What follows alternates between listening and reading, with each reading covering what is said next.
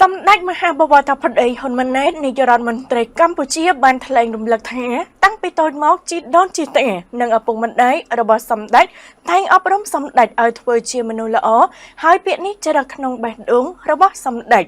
សម្ដេចមហាបវរធិបតីហ៊ុនម៉ាណែតបានថ្លែងរំលឹកថាតាំងពីតូចមកជីដូនជីតានិងឪពុកម្ដាយសម្ដេចតែងអប់រំឲ្យធ្វើជាមនុស្សល្អហើយពាក្យអប់រំនេះចរិតក្នុងបេះដូងរបស់សម្ដេចរហូតមកទល់ពេលបច្ចុប្បន្នសម្ដេចមហាបវរធិបតីហ៊ុនម៉ាណែតបានថ្លែងបែបនេះក្នុងឱកាសអញ្ជើញសម្ពោធអគារសិក្សានិងសមិទ្ធផលនៅវិទ្យាល័យហ៊ុនសែនសេរីភាពក្រុងតាខ្មៅនាថ្ងៃទី21ខែមីនាឆ្នាំ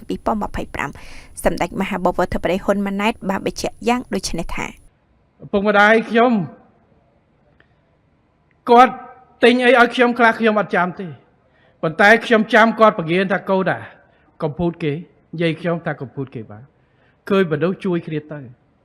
គាត់ប្រាប់ថាទ្រព្យសម្បត្តិអលាយថ្ងៃណាក៏បានដែរតែទឹកចិត្តមនុស្ស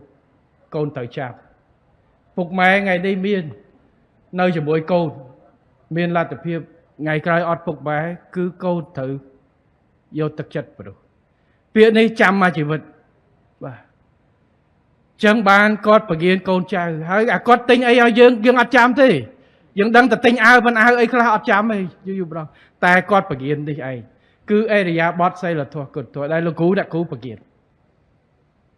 នេះហើយគឺជាការយកចិត្តទុកដាក់របស់គាត់សម្ដេចមហាបវរធិបតីហ៊ុនម៉ាណែតក៏បានថ្លែងថាការអប់រំសីលធម៌និងគោរពវិន័យជាកិច្ចការដ៏សំខាន់សម្រាប់សិស្សតូចៗសម្ដេចបានថ្លែងថាពេលនៅរៀនសាលាយោធាអាមេរិកឆ្នាំដំបូងគឺគេបង្រៀនឲ្យយកចិត្តទុកដាក់ទៅលើកិច្ចការតូចៗបុករួមពីការបត់ភួយឡើងទៅ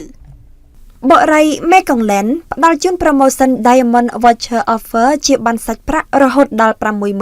$65,000 សម្រាប់ការទិញផ្ទះនិងការផ្ដល់ជូនផ្សេងៗជាច្រើនទៀត